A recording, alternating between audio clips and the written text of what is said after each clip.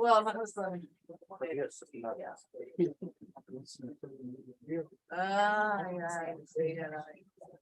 I need to. I love drawing lines. Good evening, everyone. Sorry. And thank you all for joining us. My name is Alyssa Karpinka, and I am the event coordinator for McNally Robinson Booksellers in Saskatoon. This event is coming to you from Treaty 6 territory, the traditional lands of the Cree, Saulteaux, Dene, Dakota, Lakota, Nakota, and Métis nations. It's my pleasure to welcome you to the launch of the Saskatoon Heritage Society's latest issue of their journal, Saskatoon History Review number 32. The Saskatoon Heritage Society is a nonprofit charitable organization which provides an independent voice for the preservation and appreciation of Saskatoon's heritage. The Society offers walking tours, lectures, and visits to local historic sites and appears at special events, always working to promote awareness of the value of the city's history and built heritage. We will now hear from our host for the evening, City of Saskatoon Archivist Jeff O'Brien. Please give him a warm welcome. Well, exactly. You know what I think? I think that since I'm not using the podium because I'm not tall enough for podiums, I'm going to move over here. So, or something like that. No plan survives contact with the enemy, does it? My name is Jeff O'Brien. I'm the City of Saskatoon Archivist. I'm very pleased to be here tonight. It's my great pleasure to be your host this evening for the launch of volume 32 of the Saskatoon History Review. And isn't it wonderful to be doing this in person? Yeah, except for you folks. So to all you people watching on the live stream, the fact of the matter is you will not see this until 5 seconds after it actually happens. So people of the future. So anyway, published by the Saskatoon Heritage Society, the Saskatoon History Review first hit the newsstands in 1980, with further issues published in 1981 and 1985. And in 1988, the late Bill Sargent proposed that it be published annually, henceforth with himself as the editor. And the rest, as they say, is history. The review is a labor of love, and it shows. And it's also an immense amount of work. And we have Peggy Sargent and Linda Dietz to thank for that. And I want to especially point out the production quality of the current issue, which is largely due to Linda. Linda, stand up. Largely due to Linda, who's responsible for the layout, does a tremendous job of the final editing. This issue could not have been published without you. None of the issues could have been published without you. And so if you could, Linda, take a moment and join the rest of us in giving you a well-deserved pat on the back.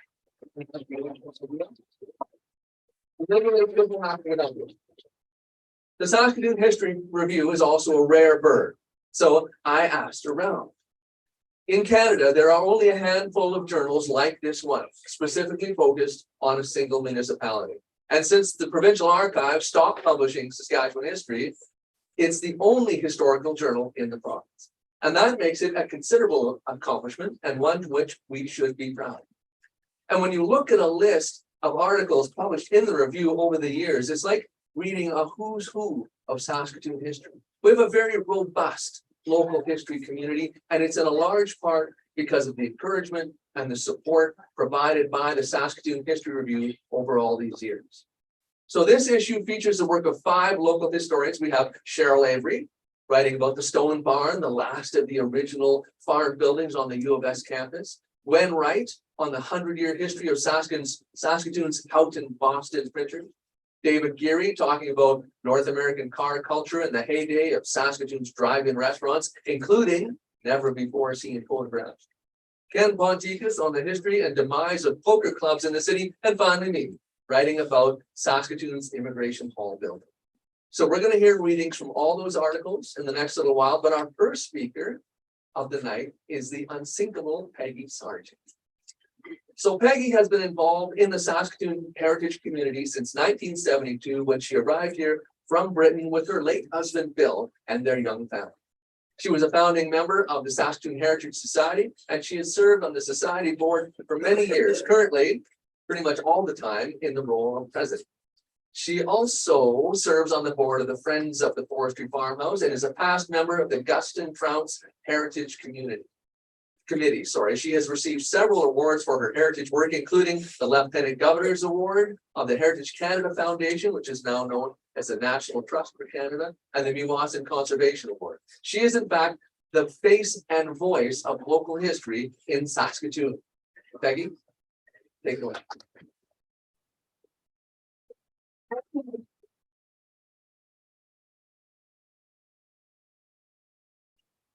Hello, everybody. Can you hear me? Everything's okay? Thank you so much for coming out this evening and for maybe foregoing a Burns Night celebration. Don't know whether that's the case, but maybe there's time after our evening presentation. But thank you all for coming. We are really proud of what we've been doing, and we're really proud of this particular issue. We're always proud of every issue, but you know, it's like a baby being born. We're very happy. It's good. 32 issues. I think is a great achievement for a society like ours.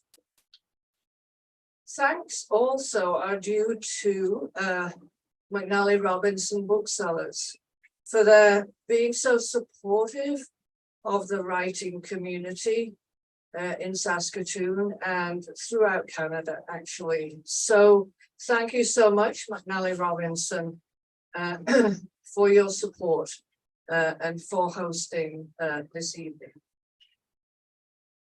But you know, our major thanks are actually due to our authors,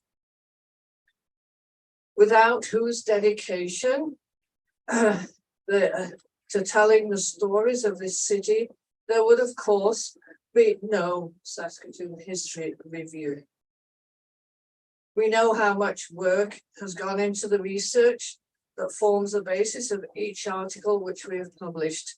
So thank you for all your work. Over the years, our contributors have come from all walks of life. Academics, architects, archivists, artists, archaeologists. But you know, you don't have to begin with an A. It's okay. I was reading all that and I thought, they all begin with A. That's really weird. But no, we have business owners and of course our numerous and valued, really valued community historians. They're all volunteers, wanting to ensure that Saskatoon's history is not lost and is recorded for future generations. In this issue, we have articles from previous contributors, but also from 3 new authors. We are particularly pleased about that. Local history research is for everyone. Part of the mandate of the Saskatoon Heritage Society is to encourage everyone to take an interest in the history of this city. The Saskatoon History Review forms an important component of its educational program. We present to you this evening an eclectic mix of articles and lots of pictures. Every time we publish a new issue, I learn new things about Saskatoon. As I walk around the city, I look at the streets and parks and buildings with new eyes, as I think of the stories that lie behind them. As our authors talk to you this evening, I hope you too will enjoy that delightful sense of surprise. I didn't know that. And gain a greater understanding of our fair city. Thank you.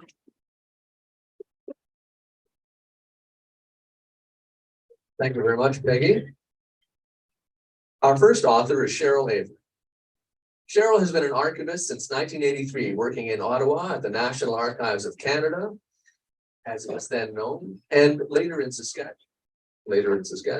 She joined the University of Saskatchewan Archives in 1991 and served as University Archivist from 1994 to 2004. And over the years, she has been a powerful force in the archival community, locally, provincially, and nationally.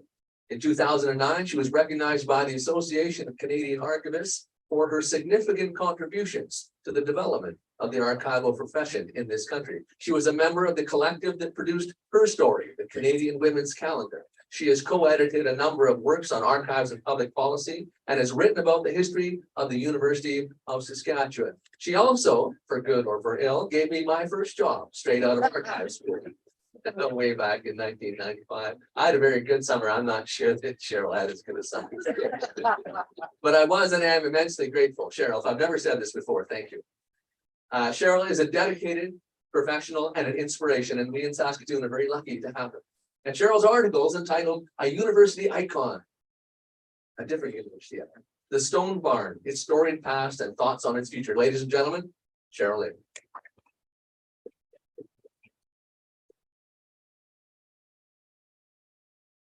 Good year that year, Jeff. It was always interesting having her. I love the Stone Barn. I think it's a beautiful building architecturally. I think it's an important building historically. And I am happy that I'm not alone in that assessment. A group of us have been advocating on its behalf for a while. And we need to find a good purpose for it. It needs to have a visioning of what it can be, but I think it can be great. And part of our advocacy around the building has been to try and have people think about what it meant to others who have worked and lived in its environment over the years. And in my article, I have focused largely on one voice, that's Thomas Bryden. And he was an interesting fellow, I thought, for several reasons. In the first instance, he was asked to write his memoirs by the Saskatchewan Agricultural Graduates Association. And a sparkier, more involved group would be hard to find. They've done all kinds of great work over the years. They're really active all the time. And he also read parts of his manuscript when it was in progress to Walter Murray, who was the first president of the university. And I thought, well, that's an interesting constituency to have students, alumni, and the university president kind of all in your circle of people, your go-to people. And it told me a lot, not only about Thomas, but about the university at that time too. Plus, he had a great way with words. And so I'll give you a brief introduction to some of the adventures Thomas Bryden had in a 36-year career with the university, largely in and around the Stone Barn. And I'm going to start in August 1912 with classes just about to begin. And William Rutherford, who was the Dean of Agriculture, decided the university needed more dairy cattle. And those would be used for teaching, for research, but also at that time to provide milk for students and residents. So William Rutherford went east and organized everything. And just a few months after Tom Bryden had been hired by the university, William Rutherford summoned him by telegram to say, you have got to come and get these cattle, meet the cattle, and bring them back to Saskatoon. And thus began Thomas's first adventures with the university and so Rutherford's purchasing trip was successful. And so just a few short months after being hired, Thomas Bryden found himself on a train heading east. He had been summoned by a telegram from Rutherford and had only 2 hours to prepare for the journey in order to catch the only train that would get him to Kitchener in time to meet the cattle, at which Rutherford had already scheduled to be loaded on a specific day. All of that part of the excursion was fine, went without a hitch. But as Bryden later noted of his return journey, he had responsibility for the care of 20 head of dairy cattle, all in full production in one stock. So under those circumstances, milking, he said, was a kind of a delicate operation. But with no milk cans to worry about, Bryden was busy painting his own Milky Way through northern Ontario. And on one occasion, an early morning churchgoer was the unlucky and unintended recipient of a pail of warm milk tossed out the box. Although unable to understand their meaning, the tone of the words shouted at Bryden led him to believe his unfortunate target might need some special dispensation that morning. But more concerned about the welfare of the cattle, Bryden was able to secure a second boxcar in White River, Ontario, that allowed the cattle to be separated and enabled them to lie down. But it had the added consequence of forcing Bryden to repeatedly maneuver over the couplings between the cars on the moving train. So much along that journey might have gone terribly awry, but cattle and Bryden life all arrived safely at the southern rail siding on the 13th of September. That was Bryden's first adventure, not his only adventure. A few more recounted in the article, which I hope you will read and enjoy. But now I'll give you over to the rest of our authors, because I know you'll enjoy what they've got to say. Thank you very much. Thank you very much, Cheryl.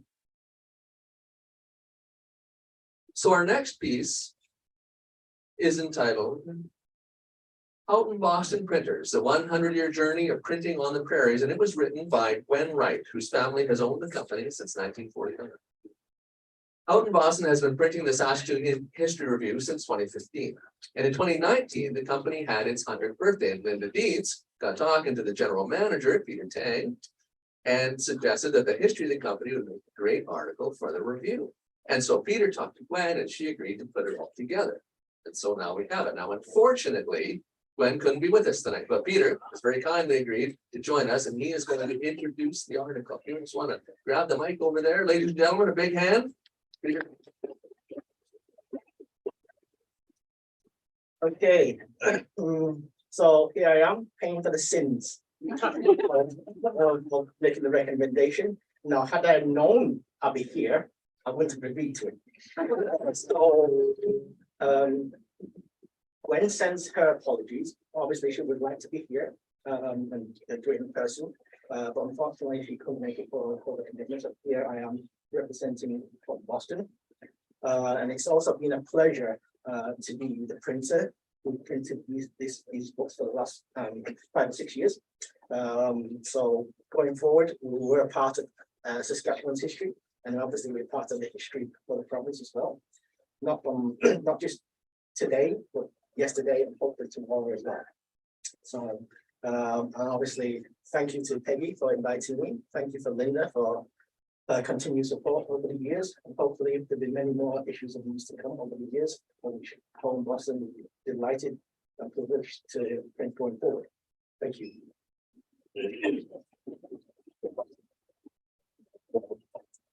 So I, in fact, will read I've selected a part of the article to read, so I'm going to do that right now. When Saskatchewan was a fledgling province and Saskatoon still a newly appointed city, 2 young men returned from World War I with dreams of starting a new life.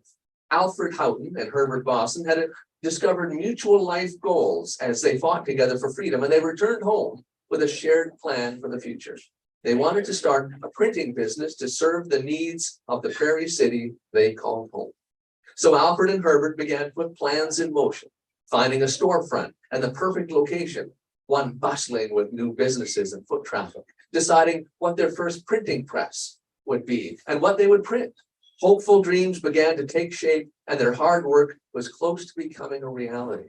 And then suddenly, just as brighter post-war times seemed on the horizon, news of a pandemic-level virus, how familiar does that sound? Of a pandemic-level virus sweeping the world came to Saskatchewan.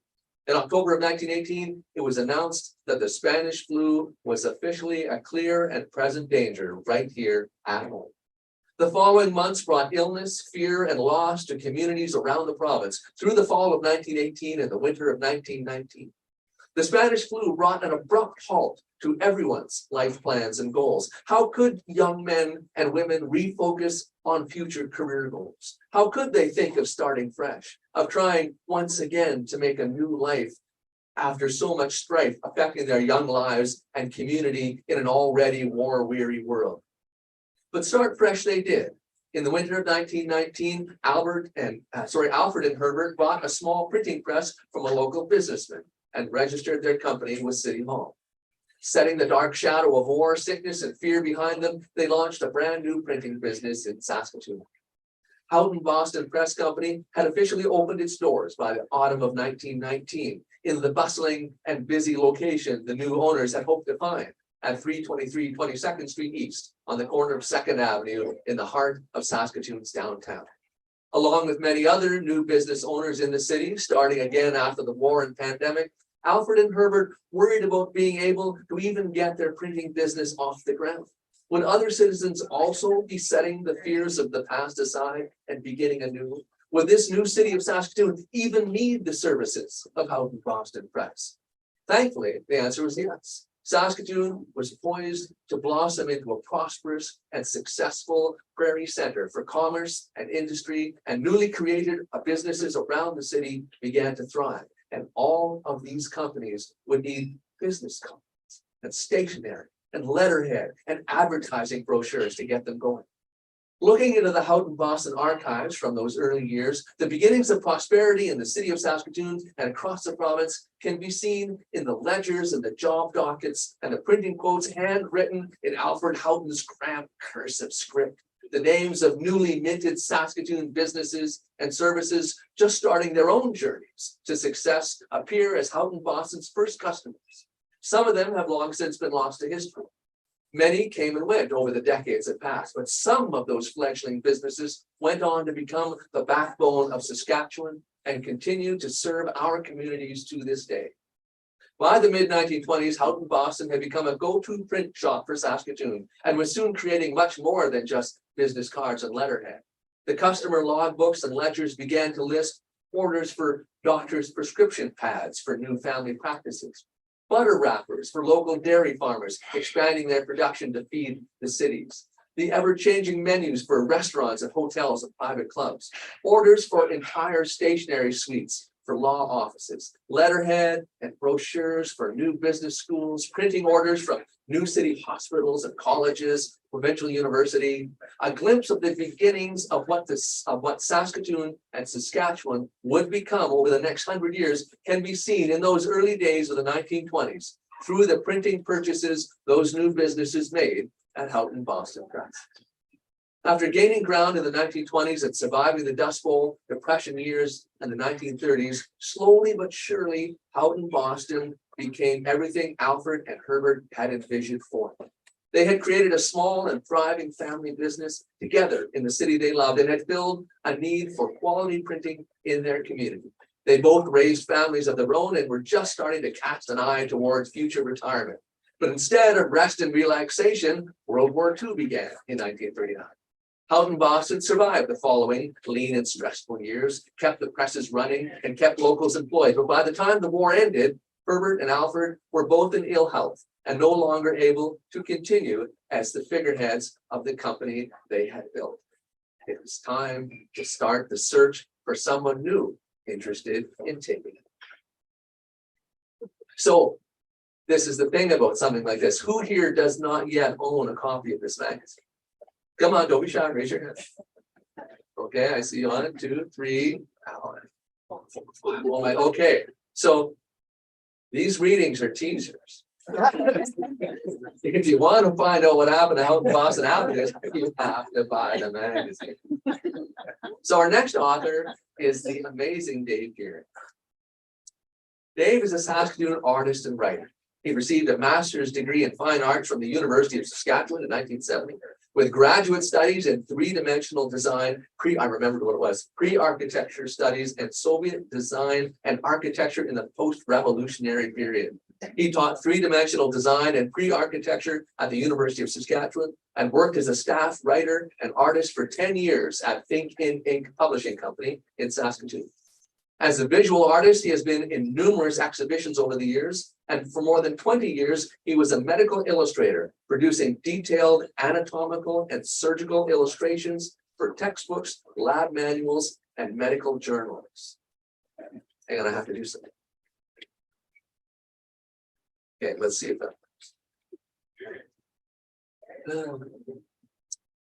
As a writer, Dave focuses on environmental issues, science, architecture, 20th century art history, visual popular culture, and Canadiana, like this next piece, which he's going to read to us from, a delightfully nostalgic, photograph-packed journey into the history and the heyday of drive-in restaurants in Saskatoon in the 1950s and 60s. Ladies and gentlemen, Dave Geary.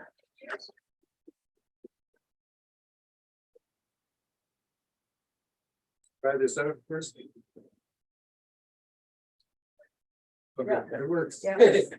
I'm not gonna read, I'm just gonna show pictures, because my article is extremely visual.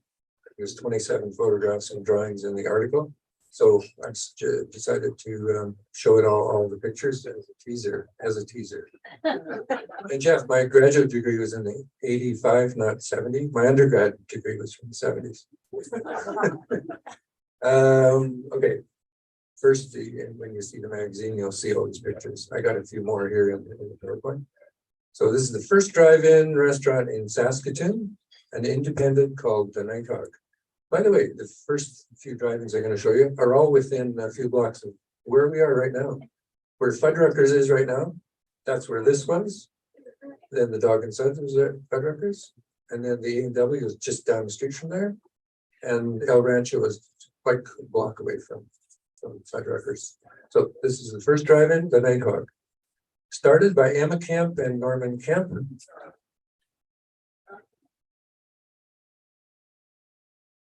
That's Emma in the window right there with one of his cars.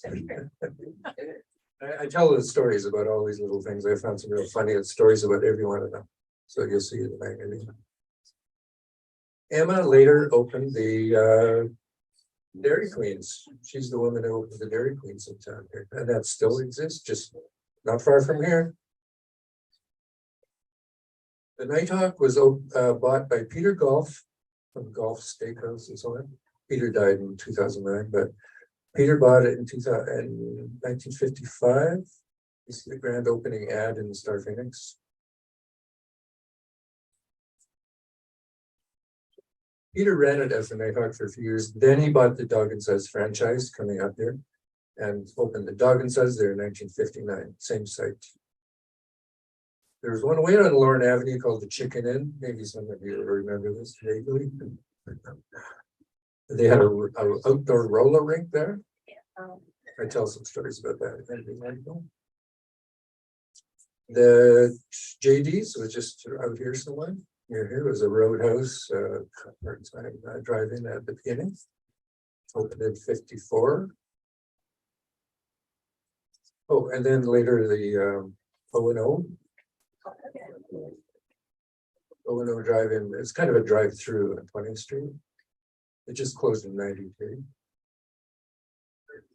So the El Rancho was just down here where the granary is right now.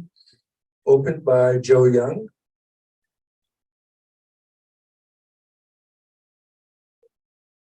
There's a car hop from the El Rancho, and that's Joe Young in the window right there. It's an ad for the place, an ad, a billboard downtown Saskatoon. Then the Dog and Sons opened, like I said, 59. There was a car hop from there. This is about 1960, this photo here. The A&W opened the same year as the Dog and Sons, 1959, a couple of blocks, 2.5 blocks away. Opened by Lloyd Quist and Harvey Smith.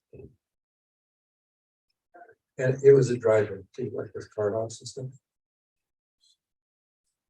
That's their second anniversary ad in the paper. Yeah, look at the price for a gallon of root beer, which is about this big, 60 cents. So Sabrina Golf from the Golf family gave me these terrific old slides, Kodachrome slides from 1960. That was the Dog and Sons mascot in a little local parade. 1960. That's the Dog and Suds. Likewise. See, these old Kodachroms get really warm and reddish over time. So the actual color is different from that. You'll see the butterfly wing roof on the drive-in there. I talked about that at some length in the article where it comes from, that style of roof.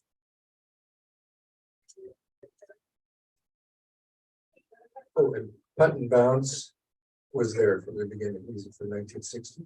It's still there, actually. The miniature golf course is still at Federal Records. So. And this is the trampolines before they got really dangerous and nobody had them in a public place anymore.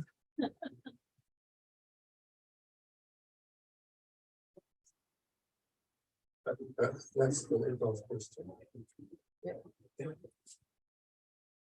Please notice those figures moving. They look like ghosts or something. It's just people moving with it. The aperture was open for a long time.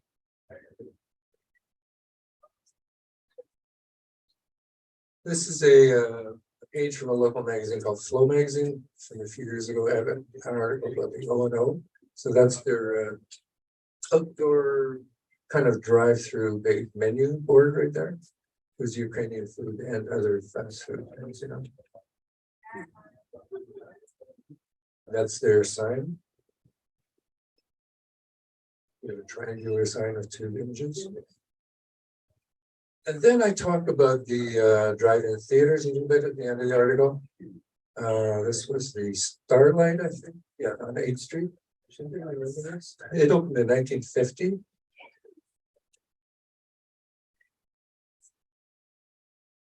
That was the first movie there from 1950.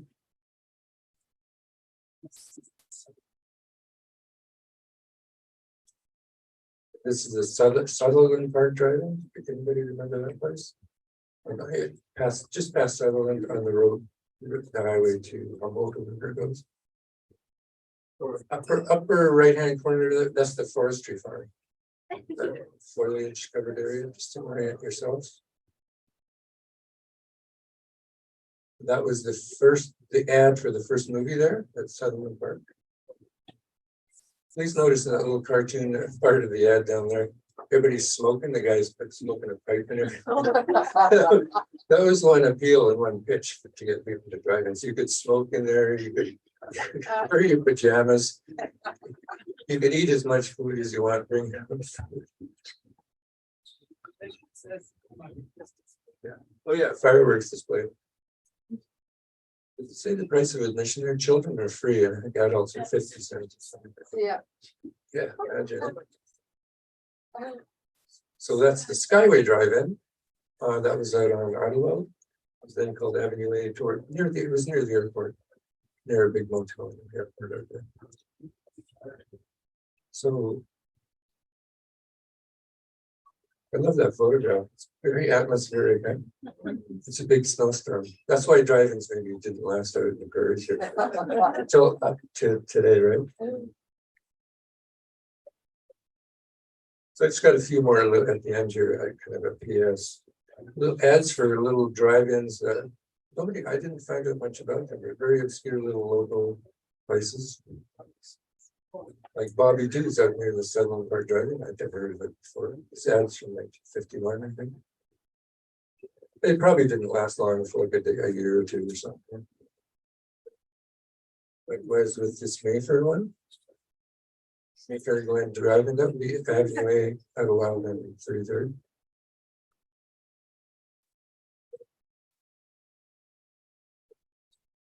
Down in Country, I never heard of that one before, but it was one here. Probably again, just briefly, you know. But Del Rio, I certainly never heard of this one. I think there were little local startups and cashing in on a drive-in craze at the time. And they just gave it a go, but it didn't work. You could hire, you know, car hops and extra staff and everything. So I don't think these lasted long. I couldn't find any photographs of them or any information, but I did find these cool little ads thanks to Terry Hawkins. I don't know if Terry's here tonight. Terry finds all these obscure little ads in the newspaper. Town and country again. Oh, I'll bet somebody remembers Scotty's. Yes. It was right here on 8th Street. So I don't know where. I never. I don't remember that. It was there for at least 2 years. Here's their second anniversary ad.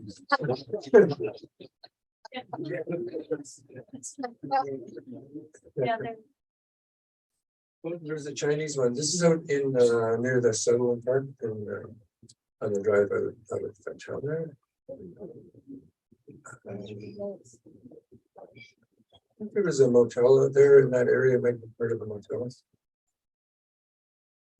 Sandy's. 22nd Street. You remember? Not me. I know that. The hideout, yeah. I kind of vaguely remember the name. It was out here in Main Street. Was it a bar too? Garrett's place, was it? And then the Fiesta. Not even sure where that was.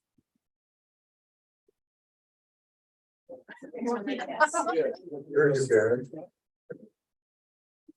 And that was this is a Western Canadian chain. I found it later, started in Edmonton or somewhere. And there were a bunch of them here in Alberta. So one here, I don't know how it lasted, how long it lasted here. Yeah, that's all. I'll just tell you one thing about the Burger Baron. I just found it a couple of days ago. It was a chain started in Calgary, Edmonton, so a bunch in Alberta. Then there was the owner died. His wife sold the franchise rights or whatever to some guy, a Lebanese guy. Then he kind of turned it into kind of you could do whatever you wanted at any franchise you bought. You could serve with any food you wanted. There wasn't a rule of the other guidance. But they're all owned by Lebanese people, and there's still several in Alberta somewhere. Anyhow, it's a whole other story. There's a bunch of stuff on YouTube about that. Look it up. It's quite a story. Okay, thanks for listening. We'll be by our magazine.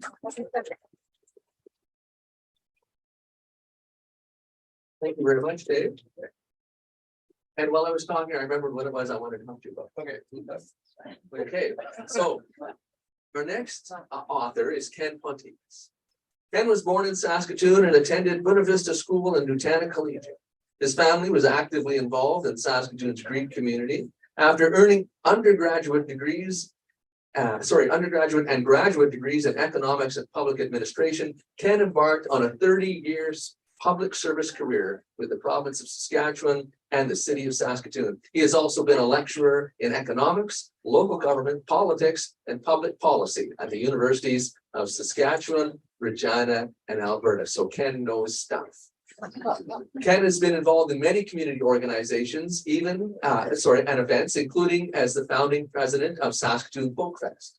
He currently lives in Saskatoon with his wife, Darlene Bessie, and they have a daughter, Zoe Pontikes, who is currently doing her MA in International Security at Bath University in the UK. The last time I saw Zoe, she was this tall, so it flabbergasted me to think that she's in England going to university. Now, unfortunately, Ken can't be with us tonight, so I'm going to read for him, which is at least a little bit fitting since I'm a little bit responsible for this article.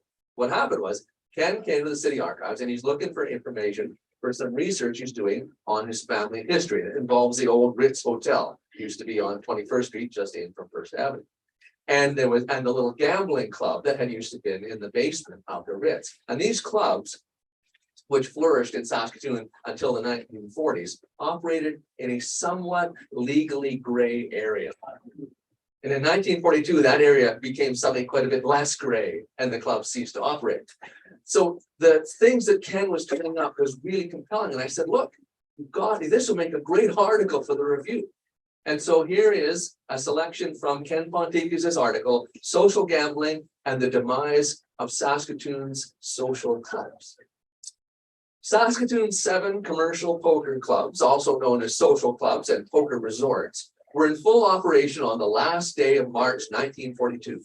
The card players, all men because women were prohibited from playing, were settling in for an evening of card games that often continued into the early morning hours. Stud poker was the favorite game. However, rummy, and bridge were occasionally played. While these poker clubs operated in the basements of hotels or in the back rooms of pool halls and cafes and other businesses, they were not clandestine establishments.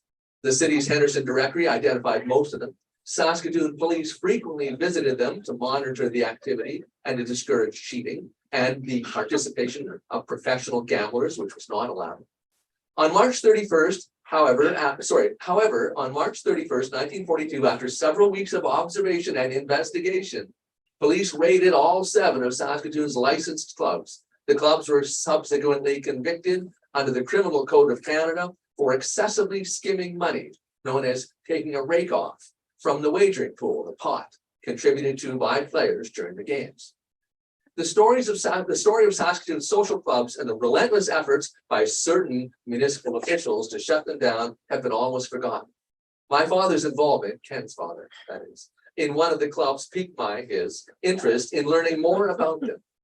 Using primarily newspaper accounts, this article assembles an historical record of these clubs as part of our city's social history.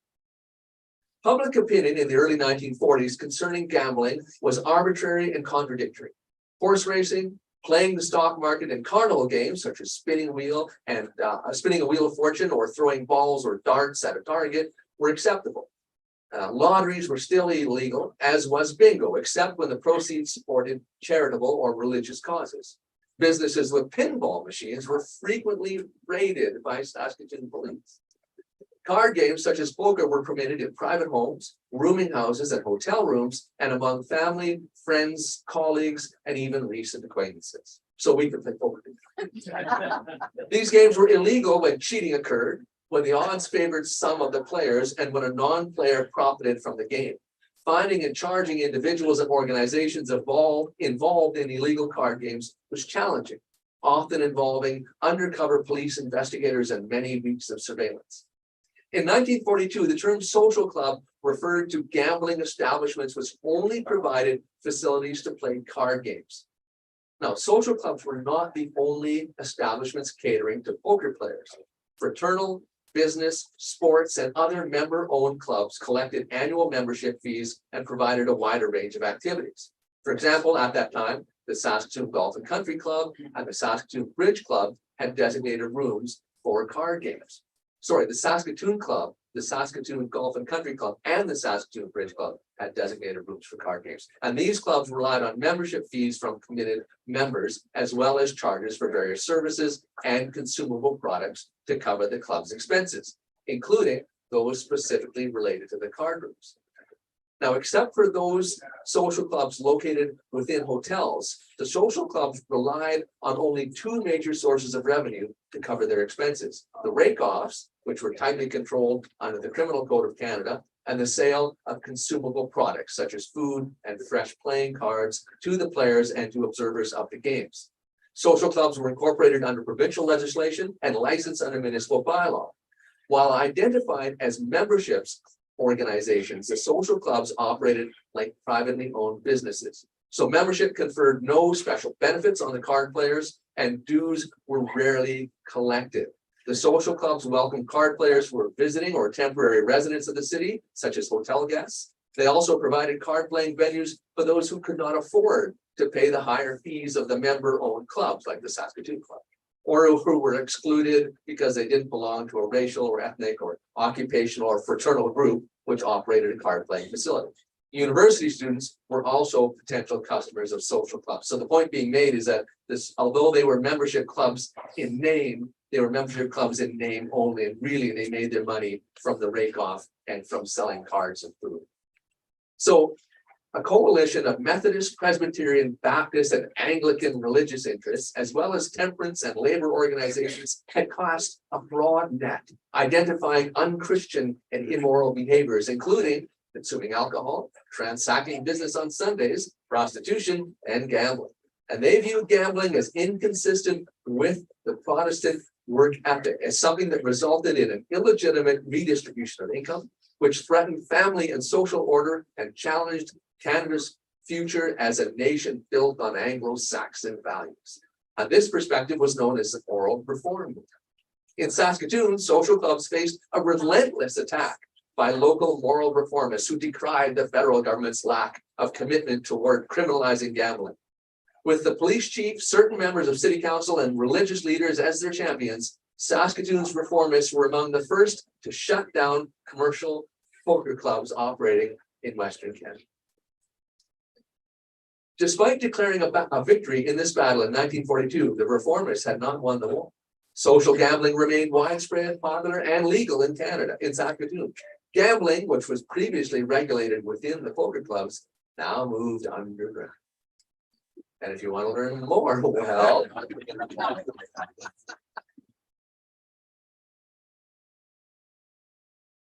feel like I missed somebody. Oh, right. Okay, so our final author of the evening. I haven't missed anybody. No. No, that's right. David, then Ken, then me. Okay, no, we're good. So our final author of the evening is me. Okay. Jeff O'Brien was born in Saskatoon, but raised in Regina, where he attended university and where, despite his best efforts to the contrary, he was awarded an undergraduate degree in history. Later, he earned a master's degree in archival studies from UBC. He returned to Saskatchewan thereafter, eventually landing as the Saskatoon City Archivist in 1997. In 1999, Jeff married a nice Saskatoon girl. He now has 3 children, 5 grandchildren, and a modest house in the suburbs, which he also shares with several cats and a dog. And if you talk to him long enough, he will eventually try to get you to take some cats. Jeff's article in this issue is A Semblance of Home, Saskatoon's Immigration Hall Building, 1901 to 1940. Take it away, Jeff.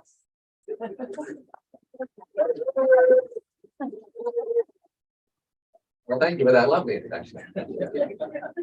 So, okay, so Saskatoon's Immigration Hall Building. Anybody not know what Immigration Hall is? Well, I'm gonna just go home.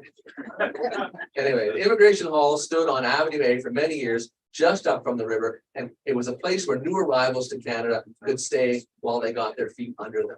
And in the book Saskatoon, the First Half Century, which is the most authoritative of Saskatoon's many published histories, sadly long since out of print, authors Stan Hansen and Don Kerr noted that Immigration Hall was demolished in 1930. And if they said it, you know, it's true. Except, okay, so one day I'm reading through city council minutes and I discovered that it wasn't true. That Immigration Hall was not demolished in 1930. And so the hunt was on to find out what happened to this landmark West Side structure.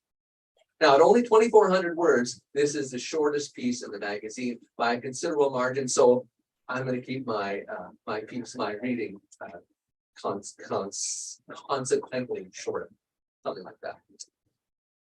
Built in 1901, where Saskatoon Farmers Market now stands, Immigration Hall was a stopping place and a temporary home for newcomers to Canada settling in the Saskatoon area.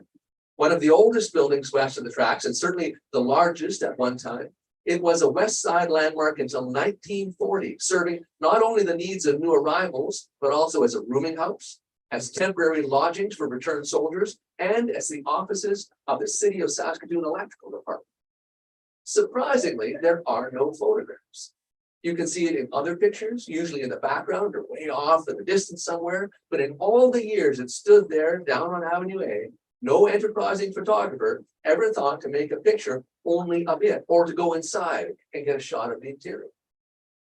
From about 1896 to 1911, the number of immigrants to Canada arriving in Saskatchewan grew enormously. And this was due largely to an aggressive advertising campaign mounted by Clifford Sifton, Minister of the Interior in the government of Sir Wilfrid Laurier, which attracted settlers to the prairies from Canada, the US, Britain, and Eastern Europe. They called us the last best West, and people poured in. The population of what's now Saskatchewan went from 41,000 in 1891 to 260,000 in 1906 and almost 500,000 by 1911. The vast majority of them came here to farm, so that by 1906, Saskatchewan was 80% rural. But the cities grew too, including Saskatoon, which went from a tiny village to a modern city of nearly 30,000 people in the span of only 12 years. The problem was, what are we going to do with all these people when they got here? By 1908, 3 major railway lines met in Saskatoon. That made it a major transfer point for central Saskatchewan. Most immigrants needed time to get their feet under them, a place to clean up and get a good night's sleep after a grueling cross-country train trip. or somewhere to stay while getting ready to strike out for the new homestead, or while looking for work. Those with sufficient funds would typically make their own arrangements. For those of more modest means, some accommodation had to be found, and some, arriving nearly destitute, required much more than simply a clean bed for a night or two. Saskatoon was neither willing nor able to support these newcomers. The arrival of large groups of Doukhobors in 1899, many of them settling around Blaine Lake, and the prospect of other group settlement enterprises to come, prompted immigration authorities here to call for help. There were simply no facilities in Saskatoon sufficient to deal with these kinds of numbers. Moreover, since immigration was a federal responsibility, people here, not unreasonably, felt that it was up to the federal government to pay any associated costs. In January 1901, Thomas Copeland, sub-agent of Dominion Lands in Saskatoon, wrote to the Department of the Interior, arguing for the construction of an immigration building here. Even during the past summer and the current winter, he wrote, many occasions have arisen when the private citizens have been obliged to give accommodation to Doukhobors and others to save them from exposure. And it is now quite certain that Saskatoon will be appointed for the landing of a large number of settlers during the coming season, very much larger than has heretofore arrived. An inexpensive building would answer every purpose, but some building should be got ready soon. The deputy minister agreed. A site was chosen just west of the railway station. Construction began that fall, and the exterior of the building was completed by December 1901 with equipment and furnishings added later. So Immigration Hall opened for business in the spring of 1902, and it kept busy serving the needs of newcomers to Canada until 1914. By 1914, the immigration boom was ending, and Immigration Hall was repurposed for other uses. But what it was like, and what it was like to stay there, and what happened to it after 1914, well, like I said, you're gonna have to buy the magazine. And that, ladies and gentlemen, is it for our readings for this evening. And thank you again to all our authors and to our readers, Cheryl and Dave, for your time and effort and for your contributions to local history in Saskatoon. And now, I think that we have a little time for a bit of a Q&A. Now, unfortunately, sorry, folks, I have to limit it to the people who are right here in the building. And so we have a bit of time, and so don't be shy. I have a microphone. I'll just wander around. So just questions, comments, thoughts, or observation. I will start. In the picture of Dave, in the picture of the first iteration of El Rancho, there's a big two-story building just next to it. Yeah. Anybody know what was there? Okay, well, we'll find out. Yeah. All right. Anybody else? Where did the stock car racing track used to be on? It was on Moss Avenue, just past where the mall is now. And I have a wonderful aerial, oblique aerial of it in City Archives collection. Sorry, Dave, I didn't mean to answer your question. That was kind of your question. Yeah, but I didn't. I knew it's way out here somewhere. Yeah, I'm direction impaired, but JD's was just past the overpass over here. Yeah. Right here. and so it was past that. it was just past that. Yeah, right up, coming out, pushing up on it. And then for a little while, they tried to hold stock car racing at the exhibition grounds. Yes. And that didn't go, that was a little too loud. So they moved it. Yes, So how many movie drive-ins were there actually in the city over the years? 3, and then there were 3. There were 3 I mentioned. There's Skyways, Starlight out here, Main Street and Sutherland Park. Then there's a Southwinds and the this is further out of town to be considered local ones. But there in my article, there's one towards Humboldt and there's one past Southwinds. I mentioned both of them in the article. Sundown and Sundown. okay, so I have a question. Who here has gone to a drive-in theater in the trunk of a car? All right. Good, that's what I like to see. Okay, we have a question down here, Jan. That was the start there. You mentioned that the publication, it's kind of a rare document here in Saskatoon. Was it something that wasn't so rare 2 decades ago, and many cities were doing it, and now people have lost interest in publishing them, or is it just they've always been a rather rare documents and one of what Well, I'm gonna guess the latter, but Peggy, what do you think? There's, okay, I can tell you what I know, which is that I did a little canvas of the archival community on our listserv and got back 2 or 3, a couple of them very old city-based publications in Ontario, and that was it. As far as I know, that we're the only one left anyway. It's certainly in Western Canada that focuses on one particular municipality. That's all I know. And it's because Saskatoon is so interesting. Yeah, I'm from Regina, you know, so I got experience, I can tell you. Okay, anybody else? Yeah. Yes, I'm just wondering when the next edition might be. Is it going to be yearly or is there no plans for that? This, we tried to get this out last year. This isn't 2022 issue. So we are hoping for probably the end of this year, at the earliest, I would say. We cannot do it more than once a year, actually. and I should like to say that if, you know, what you've listened to here or what you've experienced in this evening, for those of you who are not familiar faces, has inspired you to put pen to paper and tell your own story about Saskatoon's history, talk to Peggy. That's how articles get written, right? Somebody says, hey, that's a good story, you should write that. Yeah, we'll have a couple. It's Good, it's nice to have something to get. Yeah, yeah. Okay, well, thank you very much for coming tonight. Anybody else? Yeah. Yeah, one over here.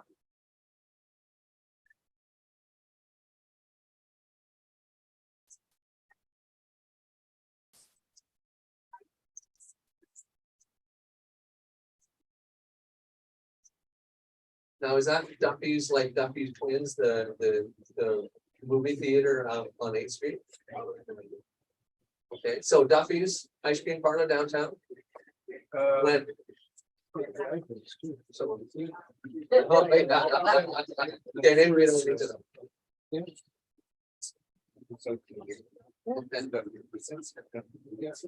What do you think? I don't know much about the restaurant, but Duffy had a drive-in theater, Duffy presents Yeah, and Duffy Twins, the double theater on 8th Street. on 8th Street, but then he had a drive-in theater called South Winds. South Winds or Sundown, I mentioned that in my article. And, oh, a funny anecdote. There was a movie called Twister. Yeah. Yeah, Duffy had two screens at his drive-in, one of them blew down from a tornado before the movie opened. Before you go into it, I'll get me my card. Okay, remember to get my card and then just fire me an email. We'll find out when Duffy's, when and where Duffy's was. Okay. Over here. Yeah, Bert. You and Rob McDonald used to do a little thing on TV once a week. Yes. Is there any chance that you and Rob get together and do something like that again? Because you were awesome on. We were awesome. Okay, what happened was from 2014 to 2017, so only 3 years, and it's been 6 years ago now. Because we take the last one in February 2017. Rob McDonald, who was the anchor for CTV, for CFUC. And I did this thing on Friday nights called Saskatoon Stories. What happened was Rob calls me one day and he says, look, I got this idea for doing an interview, a historic interview with pictures and stuff like that. And it'll be on the news every Friday. Do you want to do it? And I said, hell yeah. So who TV? Anyway, so we did that for about 4 years, 3 years, 3.5 years. And it was just him and I talking about history. And but what happened was Rob McDonald retired. And then CTV, and we were talking about this, CTV said to me afterwards, they said, look, there's no other reporter here that wants to work on this. Because it was a fair bit of off hours work that Rob put into his end of it. But they said, if you want to do it by yourself, we'll provide the technical support. And I'm like, no, because what made it fun was that me and Rob were chatting back and forth about history. But what the audience never sees is that my beautiful wife, Kathy, is standing behind Rob in every single shot. And she's got my notes in big font, taking a piece of foam. And she's holding it right up behind her head, his head, so I can look right through his head and see my notes. You see, and what we did with those was that we talked to the photographs all the time, right? If there were no photographs, we couldn't do a piece about it. And so we talked to the photographs and we talked over the photographs.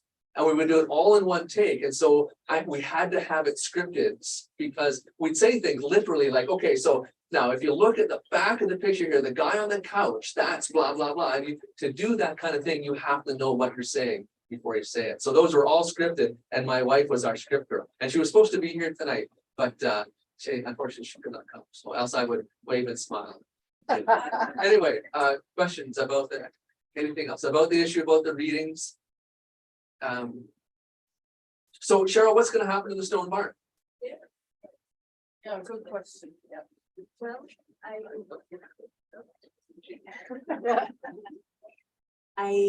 am cautiously optimistic. Peter Stoichek, president of the university, established one committee, which was chaired by Ernie Barber. And it was basically looking at the infrastructure and, was the building still sound? Remarkably, having been empty since 2010, with no one allowed inside, it is still a sound structure, which tells you how well crafted it was to begin with. He has since he was establishing the second committee, and that is looking at ideas around a new purpose for the building. Because it needs a purpose, we can't pour money into renovating the building that will be empty. So any ideas that anyone has in terms of how we might use that space, and in terms of its location, I think it's fantastic because it's outward facing, it's on that busy one, but it has a lovely kind of plot of land as well. I think it's a great gateway to the university, but it's also to be, something to do with the city as well. I'm not sure how that works. But anyway, if you've got ideas about how it could be used, please let us know. I think that's what they're looking at next. So if there's a great purpose, then hopefully we can find it. Thank you very much. So we'll put on our thinking caps. This is a great old building. Peggy, are we ready to go? Well, I would like to just say a couple of things about because I think it's 5 after 8. So thank you all for coming. It's a great evening, and thank you, Jeff, for hosting this and being such a great MC.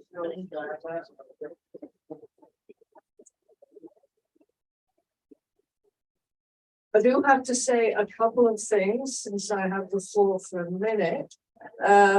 We are a non-profit organization. We have no money. So we would encourage you to purchase the magazine. To support us as well, we are going to be holding an online auction beginning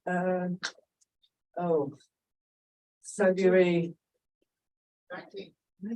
19th. Thank you, Al. So look at that on our Facebook page. If you have items to donate, we will be very happy to receive them. You can find my name in the phone book, I'm quite sure. So thank you for that. I also have membership forms here for the Society membership brochures if you're at all interested. I hope you didn't mind McNally Robinson if I did this little spiel. So thank you all again, and still a little pile of magazines there, so I encourage you to and